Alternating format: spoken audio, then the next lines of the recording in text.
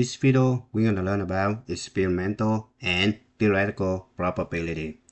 Alright, first we need to understand what is the probability. So, probability is a numerical value from 0 to 1 that measures the likelihood of an event.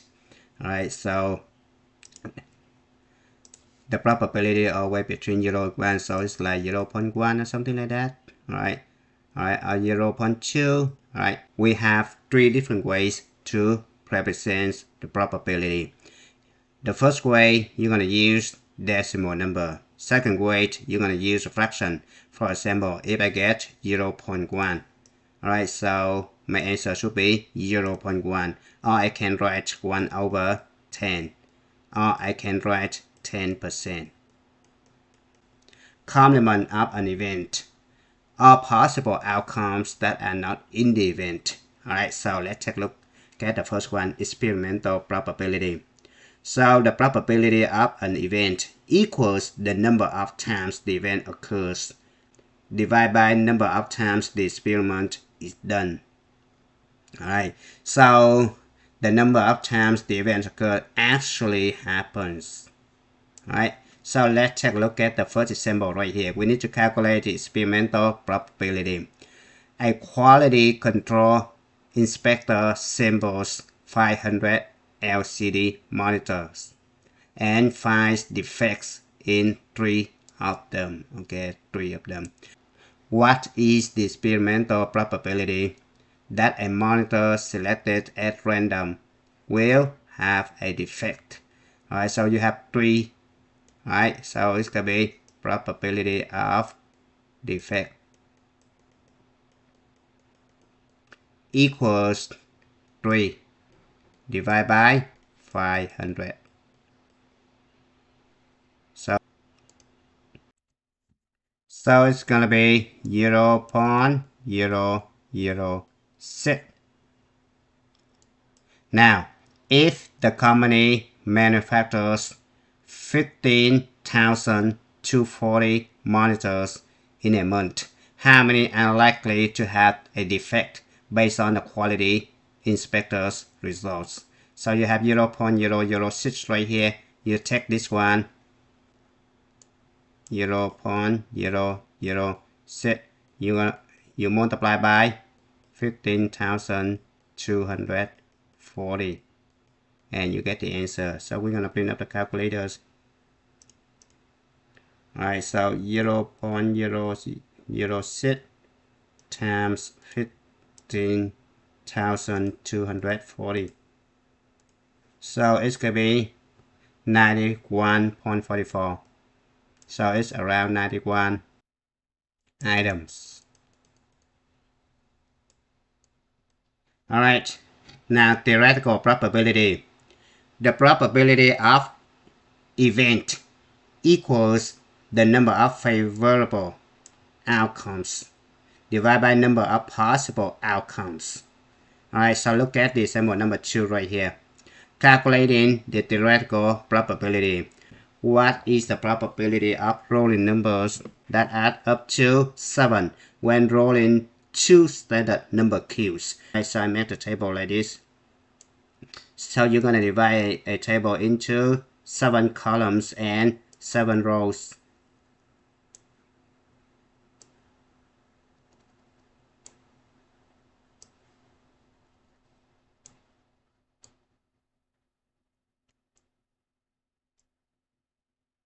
Alright, so 2 numbers add up to 7 is going to be this diagonal right here.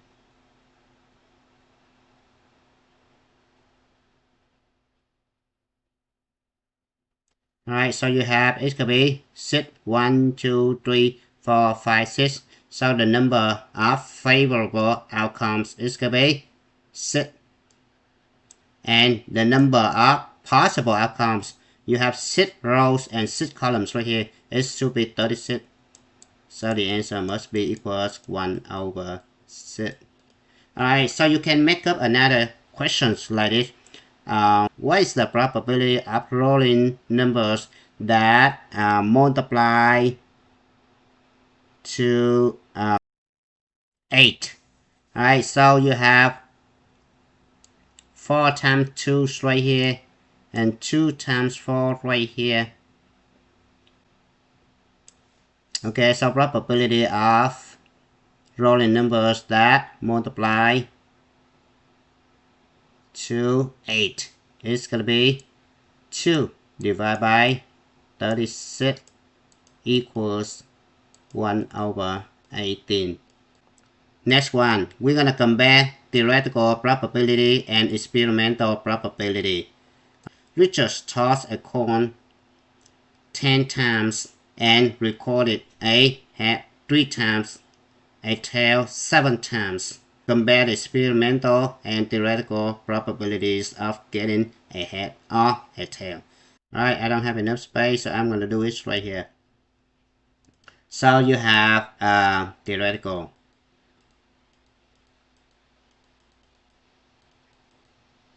And this is experimental.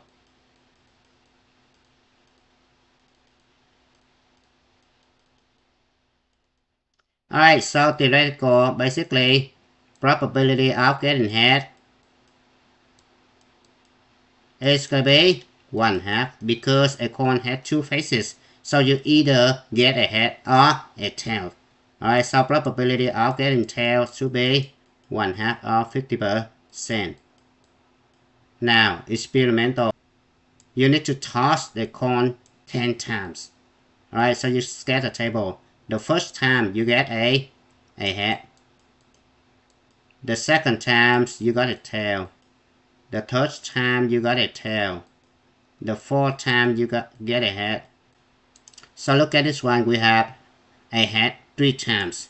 So this is number 5. It's gonna be a head. Alright, so they had 3 times already. And number 6.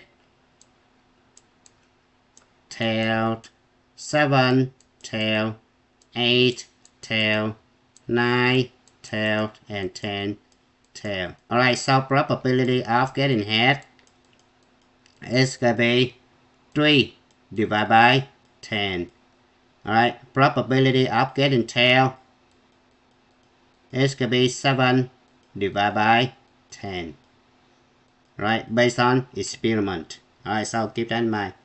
Experimental probability and theoretical probability could be different. Alright, next one. So for example, if I say find the numbers of times that a tail show up when you toss a coin 100 times. Alright, so basically you just multiply by 100 right here. And then this guy and this guy simplified right here. So you have 70 times the tail will show up. Alright. Now let's move on to question number 4. Using the probability of events and their complements. So look at number 4 right here. Probability of event plus probability of not event equals 1. So from this equation, you need to calculate the probability of not event. It's going to be equal to 1 minus probability of event. Alright, now look at this one. P not event. It's going to be the same thing as P primed event. So we use the little things right here to represent not. Alright, now look at example number 4 right here. A jar contains 10 red marbles, 8 green marbles, 5 blue marbles, and 6 white marbles. What is the probability that a randomly selected marble is not green? So you have 2 different ways to calculate this one. Not green, so you say P not green. Or you can write P prime of green.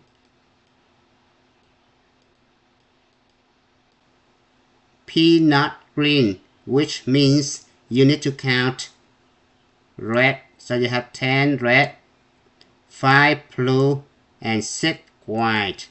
So total is going to be 21. 21 over total is going to be 29. plus A green right here.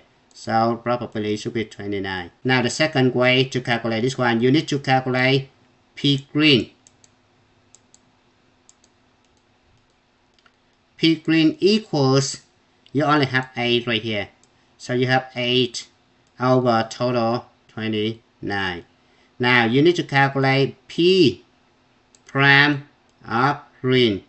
It's going to be equal to 1 minus 8 over 29. So the answer must be 21 over 29.